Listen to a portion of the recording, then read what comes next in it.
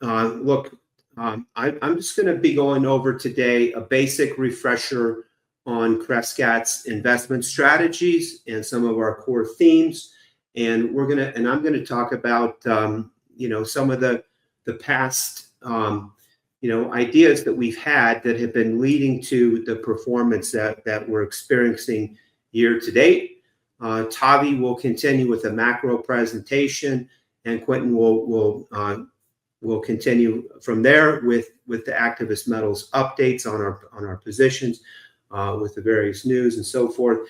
And so let's get going. So this is, Crescat's three hedge fund strategies are our global macro fund, our precious metals fund, and our long short equity fund. And there's really a lot of overlap with these strategies. The global macro fund is the most comprehensive strategy that we have. It's our flagship fund, and it has exposure to all of our various macro themes, including the activist metals theme. And so if you look at it, it's like concentric circles or a Venn diagram, because the global macro fund is the one that encompasses everything. The precious metals fund, that's really our long natural resource equity fund. Our long precious metals and base metals fund is predominantly precious metals mining oriented, and heavily tilted towards the exploration side of things, because that's where we believe the biggest opportunity is in the market right now. And then the long short equity fund is really the equity only long and short component of our global macro fund. But at the center of all of it, the intersection of all of it today, the biggest theme across all three funds is our activist metals portfolio. And it's one of the most exciting things that I've ever been involved in my 30-year career so far in the investment industry. Let's go on to the next. If you think about the Crescat's investment process, our values, and who we are. We are at the center. We are macro, and we are fundamental value-oriented investors. And to accomplish our objectives, we use quant models. We work with industry experts like Quentin on the metals front, and we employ this thematic approach. So we have big picture macro themes that drive how we think. They're supported by the quant models, by the fundamental analysis. And when it comes to risk management, this is very important to point out, because as value investors, we embrace volatility in order to realize the intrinsic value, in an attempt to realize the intrinsic value of our holdings. We both on the long and the short side of our portfolios, we want to be short securities that are heavily overvalued, and we want to be long securities that we believe are extraordinarily undervalued, and of course have catalysts to drive that appreciation towards value on the long side, depreciation towards value on the short side. But in order to do that, we do need to be able to embrace some volatility, and sometimes that can really work to our advantage when the portfolios are performing. But when things aren't working, there's risk and there's downside too. But we're grounded by the intrinsic value in what we believe in, and that's what gives us the confidence to be able to ride through that volatility even when things are down. Let's go on to the next. So year to date, Crescat is having a great year across all three of our hedge fund strategies. The long short fund is the number 2 fund in the entire Preqin database right now of global hedge funds. 873 funds have reported so far through their March performance. Long short fund net of all fees is up 60.4%. That's our ex-side pocket performance for those investors who've been with us a long time. They know that we have a private company investment in San Cristobal Mining that we placed into a side pocket back at the end of June of last year. And so new investors coming into the fund since that time are not able to participate in San Cristobal. San Cristobal has been a big success for us, but unfortunately, new investors don't get to participate in that. But this is the performance that new investors coming into our funds have been able to participate, as well as existing investors.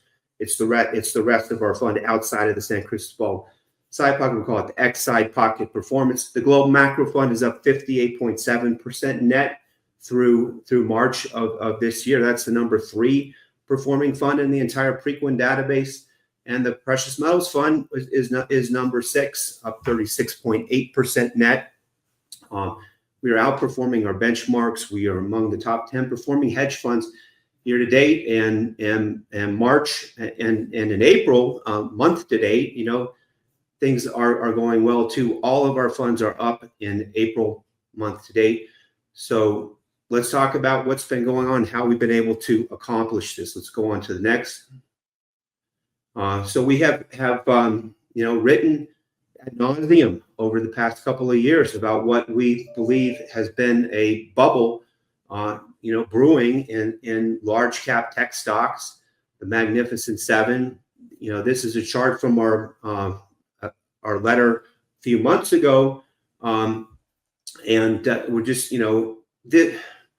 we have been talking about this bubble.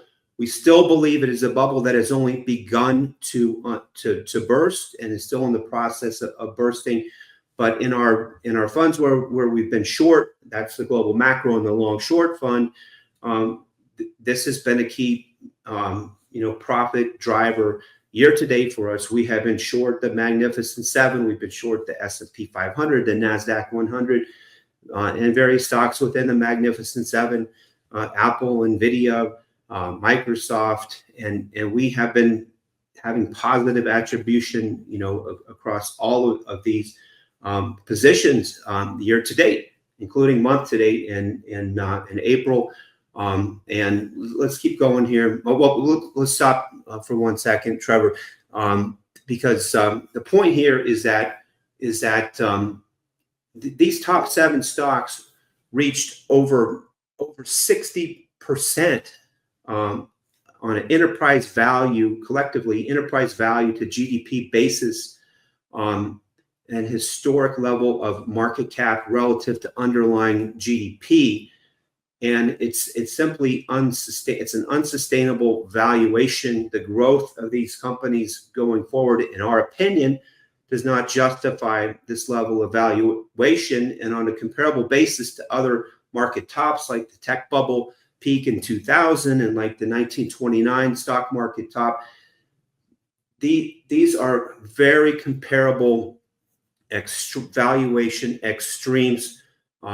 Let's go on to the next. This is looking at in the tech bubble, the top 10 tech stocks in the tech bubble only got to 30% enterprise value to GDP. The Magnificent Seven got to over 60% EV to GDP. Look what happened in the tech bust in 2001 and 2002.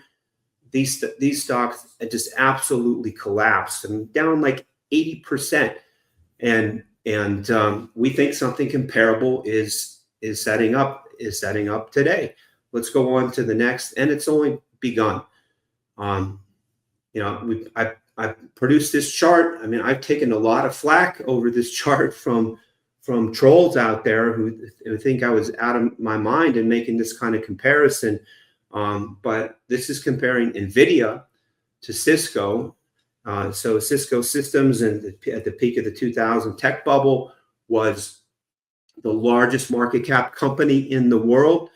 NVIDIA, not quite the largest market cap company in the world. That's Apple today. But the comparisons to Cisco, I think, with NVIDIA are apt because NVIDIA is the company right now that is the infrastructure darling in terms of, back then it was Cisco routers.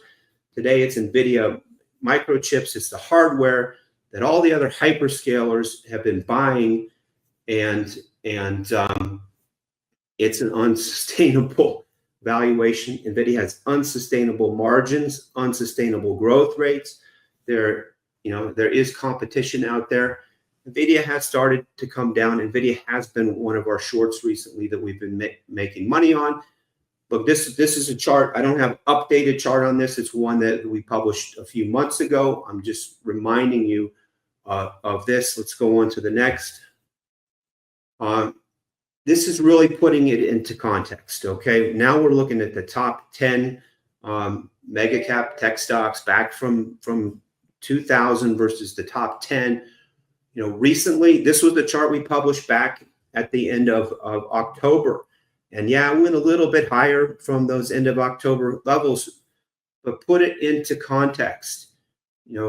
These companies have become so big in valuation, profits, profit margins, growth rates, all of that. I mean, all of the, you might think the valuation is justified because the fundamental growth trajectory has been strong, but it's not sustainable. The margins are not sustainable. The growth rates are not sustainable. These companies have become too big and too big of a bubble, to justify their future growth. And now we have catalysts. We have catalysts with the economic rebalancing that the Trump administration is trying to accomplish. That is in the process of bursting these bubbles, in my opinion, in our opinion, and they have only begun to crack.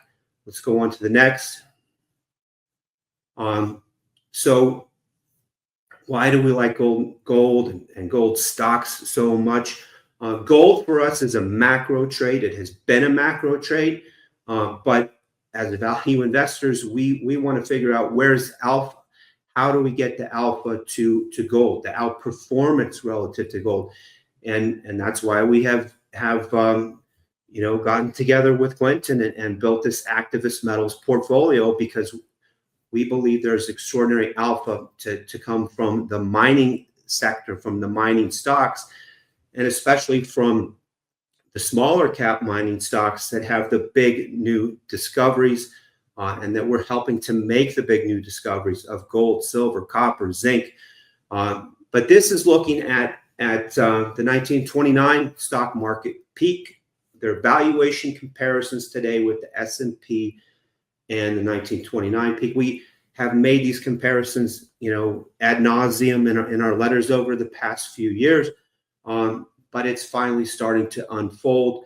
But what happens in certain types of markets when gold and gold stocks are cheap and starting to break out at the same time as the stock market is correcting? You can have these counter-cyclical moves where gold and gold stocks are the place where money is rotating into. Okay, and you can go back and read our letters. I'm not going to get into all the detail of this chart, but home stake mining, during the Great Depression, went up substantially at the same time as the Dow Jones and the S&P 500 were collapsing from record bubble valuations, from tariff trade wars, and which was the catalyst, for some of that back then as well.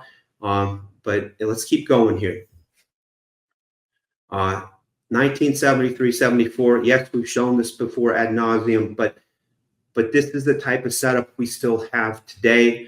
And in 73, 74, you had the nifty 50 mega cap tech stocks and other mega cap growth stocks of the day collapsing. Again, something like 80%, 70 to 80%, those nifty 50 stocks went down. The top 50 market cap stocks of that time frame. The S&P 500 went down about 50% at the same time in just 2 years. At the same time, you had a rip-roaring gold market. Of course, Nixon had taken this off the gold standard, but look at this. The Barron's Gold Mining Index went up 376% from November 1st, 1972 to August 16th, 1974. At the same time, the S&P 500 was down 34%. So you can have these markets where gold stocks are going up at the same time as the overvalued mega cap tech stocks are coming down. This is the environment we think we are going into. For us, this is just a right down the middle of the fairway kind of a trade, long undervalued gold mining stocks, short overvalued S&P 500 stocks, and we think it's still early innings. This is how we've been performing year to date. Let's go down to the next. The tech bubble in 2000 is another similar period where you had big, large cap tech stocks collapsing at the same time as you had the beginning of a major bull market for mining stocks. We're coming off of such depressed levels for mining stocks at the same time as gold is breaking out. It's still very early innings, we believe. Look back here from November 13th of 2000 to March 10th of 2008, the XAU index, that's the Philadelphia Gold and Silver Mining Index, the large cap miners, rose 390+% at the same time as the NASDAQ composite was down 27%. That's over like a 6 or 7 year period. Okay. Again, this is a type of setup we believe we have today. Let's go down to the next. Apologies that this is so small, and you can go and read this in our past letters. This was from a letter just a few months ago. This is, again, talking about the counter cyclicality of mining stocks versus the S&P 500. And, people are still so afraid that we're going to have another 2008 type of a stock market where mining stocks correct at the same time as the S&P 500 goes down. But what we're looking at here in the yellow line is the S&P TSX Venture Composite Exchange Index. So what the heck is that? It's about 100 plus stocks on the TSX Venture. A number of our companies and the mining stocks that we're long are listed on the TSX Venture Exchange. It's the exchange where most of the exploration stocks will list, and the TSX Venture Exchange Index is like the top 100 plus of these stocks in market cap. A number of our companies, about 5 of them that we own, are in that kind of top 100. But we have a number of other, ultra depressed valuation companies relative to the big metal discoveries that we believe they are onto.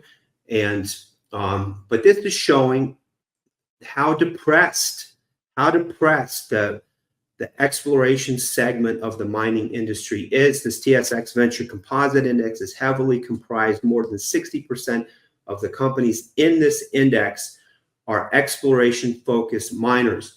Now, this was, from several months ago, back at the end of October, we produced this chart, and the venture index is up from those levels, but it's only just started, in my opinion, in our opinion.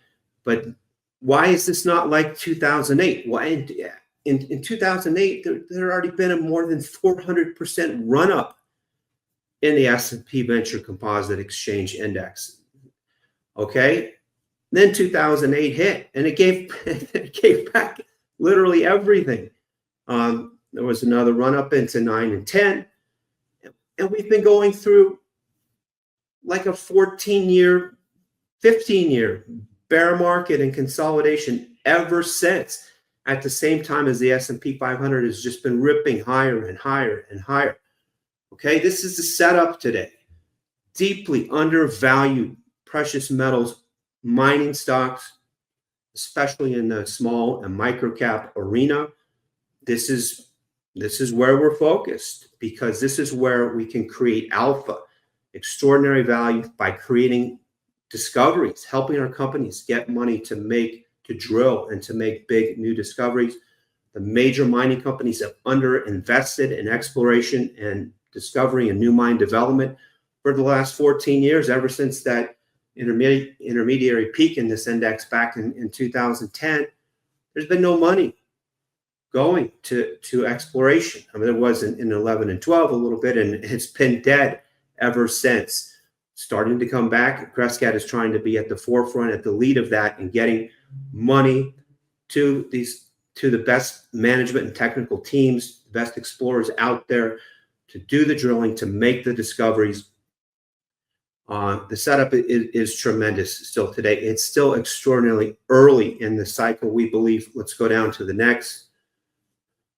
So what is our activist metals strategy all about? What does activist investing mean for Crescat? It's about identifying large-scale gold, silver, copper, and other critical metal discovery targets in viable mining jurisdictions.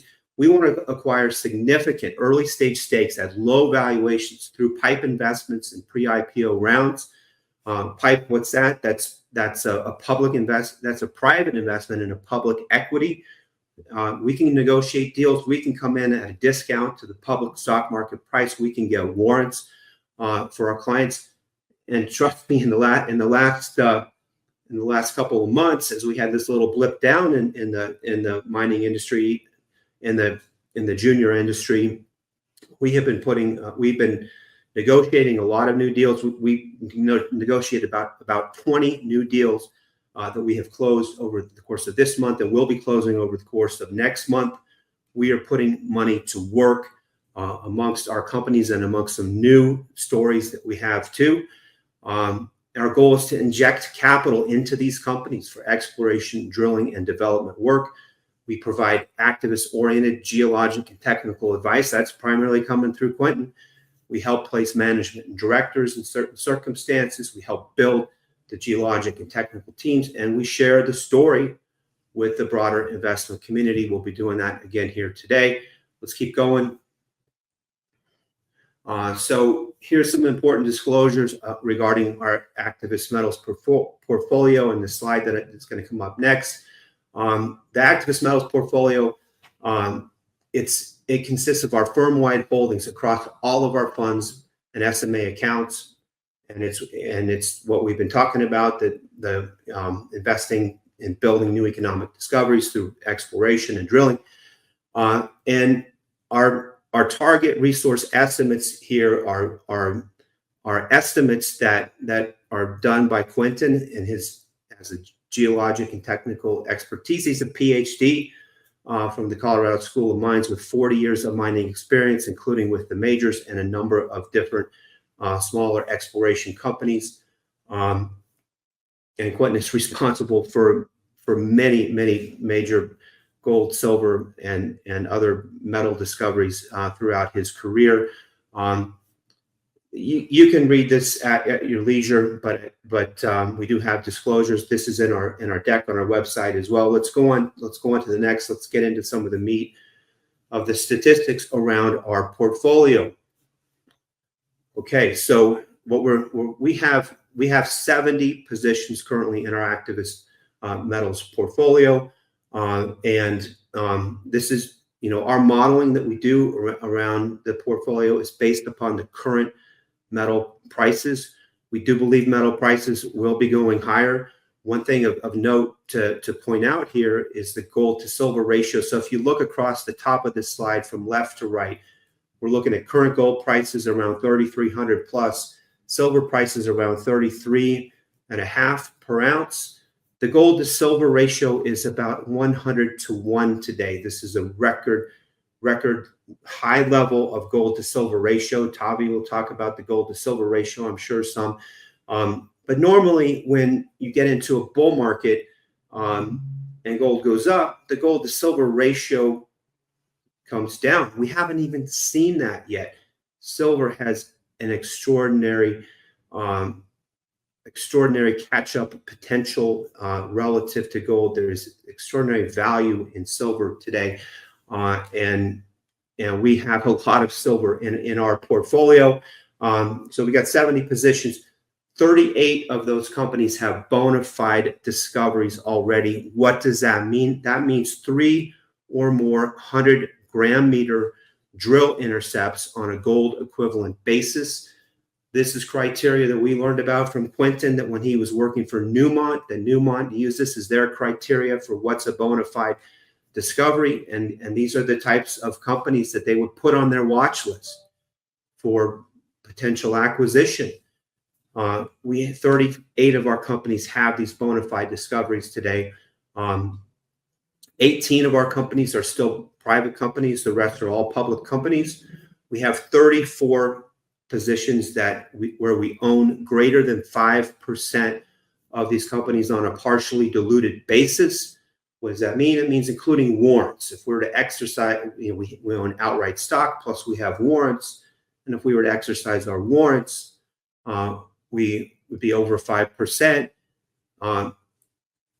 ownership in 34 of our companies. At the median among all 70 of our companies, we own 11.7% of these companies across our funds on a partially diluted basis. So 99 drills. What does that mean? We have 99 drills operating across our entire portfolio. That's more drilling than all the major.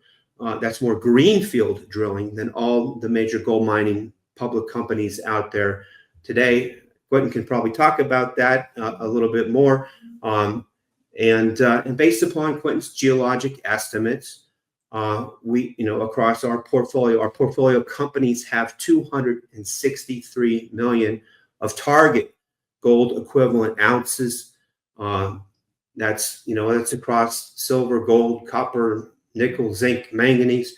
But this is the level. Quentin's growth targets for these companies are even higher, but based upon the drilling to date, this is the amount of ultimate resource that he believes our companies will be able to deliver. That's more gold equivalent target than is owned by the U.S. Treasury, which is the largest owner of gold of any single entity on the planet. The point is, these are big targets. We are about going big and allocating capital to an industry that has seen no capital. And the goal is to make big discoveries because the majors have underinvested. We do believe there's an M&A wave coming, and it's already started. Let's go on to the next. What happens when a major mining company buys a gold explorer? Well, on average, they pay 17% of the resource value of the metal in the ground based upon what the published mineral resource is within 1 year after the acquisition. Okay, 17% at the median. Bull markets, they pay more. In neutral markets, 17 is the median. Bear markets, they pay less. We think we're going into a bull market. It's only just started, and the valuation of our companies, I can't tell you what it is because it would be too unbelievable how cheap we think our companies are relative to the 17% target. We're value investors, so we love to acquire things deeply undervalued that have big price targets. And I don't want to overhype it, but we believe that our companies are substantially undervalued relative to these acquisition targets, and acquisition is one of the catalysts we think for our companies. Let's go on to the next. Looking at our precious metals fund, we launched this in August of 2000. It was actually a temporary peak in the gold market at that time, and we had a huge run in just the first 8 months of the strategy. We've been through a long consolidation, and we're starting to really pick up and run again. Now we believe there's a lot more upside ahead. But net of all fees, and this is the X side pocket performance, so it doesn't even include San Cristobal. If you include San Cristobal, the returns are even higher. But the fund has delivered since March of 2020. Since August of 2020, it's greater than 4 years now of performance, annualized performance, 23% net. that's beating all of the benchmarks. The Philadelphia Gold and Silver Index, the large cap miners, the GLD, which is just gold itself, the GLD Trust, the Silver Trust, the